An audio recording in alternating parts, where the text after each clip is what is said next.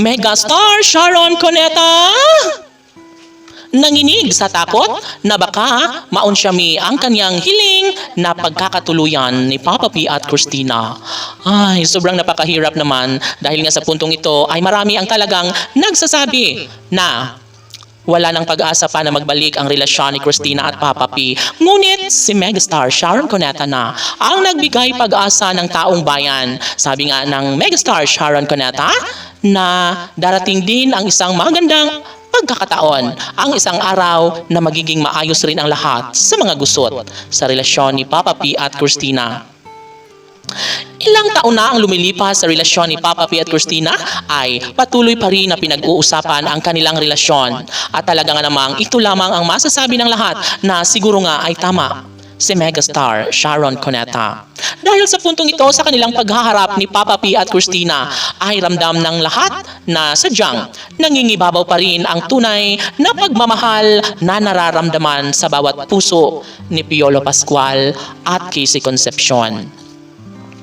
Siguro nga ay ayaw na ng marinig ng mga bashers na magbalik muli ang relasyon ni Papa P at Christina. Siguro nga ay hindi nila ito matanggap-tanggap kung tuluyan nga na maisaayos ang lahat sa relasyon na kahit tagal nang pinangarap ng taong bayan na maisakatuparan na ito.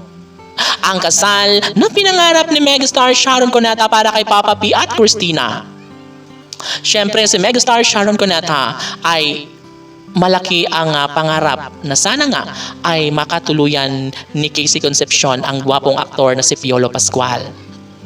Marami mang mga pinagdadaanan sa kanilang relasyon. Si Megastar Sharon Cuneta na ang nagsasabi na hindi biro ang mga pinagdadaanan ni Christina at Papa P at naniniwala siya na darating din sila sa puntong matuloy rin ang kanilang pag-iisang dibdib na matagal nang pinangarap. Hindi lamang si Megastar Sharon Cuneta, maging ang taong bayan. Siyempre, dyan nagiging happy, dyan nagiging tunay na maligaya ang mga puso ng taong bayan. Dahil siyempre, isa lamang ang tanging pangarap na sadyang hinangad ng taong bayan, kundi balang araw ay magiging Mrs. Pascual din si Casey Concepcion.